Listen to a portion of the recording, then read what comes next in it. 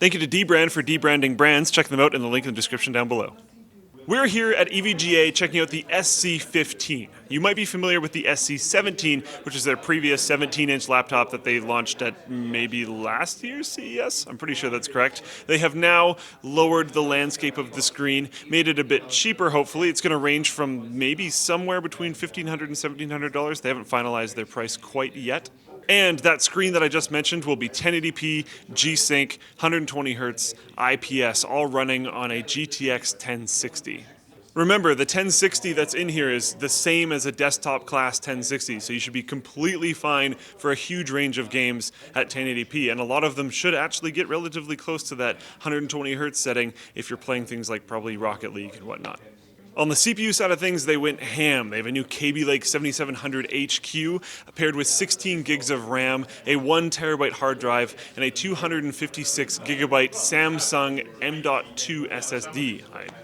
Below that screen is their chiclet keyboard, which features RGB LEDs because it has to. It's 2017. It must feature RGB LEDs. On the back of the screen, there's a white LED lighting up the EVGA logo, and that can be turned off if you don't want light coming out of the back of your laptop. On the left-hand side, you have power, which runs to their relatively large power adapter, an Ethernet port, headphone and microphone jacks, and 2 USB 3 ports. On the right-hand side, you have mini DisplayPort, HDMI 2.0, USB Type-C Gen 2 10 gigabit, and a singular USB 3 port. Jumping around here a little bit, at the top of the screen you have a 720p webcam. On the wrist rest you have 2 speakers, 2-channel speakers, and then on the keyboard, on the arrow keys up and down, if you hold the function key and press those, you will either overclock or underclock your graphics cards. Down arrow pulls the clock speed down, up arrow pulls the clock speed up.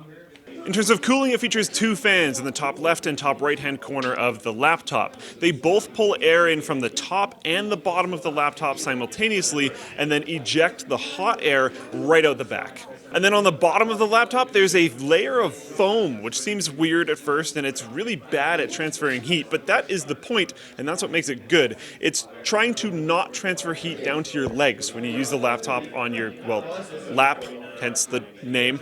And that's nice because then it can just focus on getting all the hot air out the back, which is not on your lap, which is not in the name.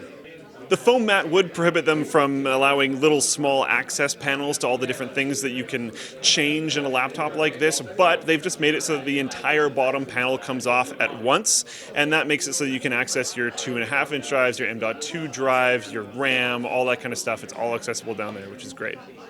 The SC15 might not weigh as much or have as many screens or have as big of keys as certain other laptops that we've seen at the show so far, but it's actually reasonable and makes sense. So, I mean, that's genuinely cool. Let me know what you guys think in the comments down below. As for us, thanks for dbrand for sending us here to CES 2017. They have skins that are pretty cool. They look better than stuff like this. They look like that, or like this, which is great. This is their new marble skin, which everyone at the company tried to get on their laptops that we got for Christmas, which was pretty cool. I got a purple one because I name all my computers after Pokemon and I'm going to make it Haunter.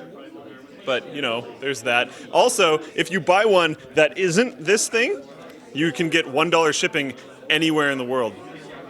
I want you to challenge that. Try to find somewhere where they won't ship it.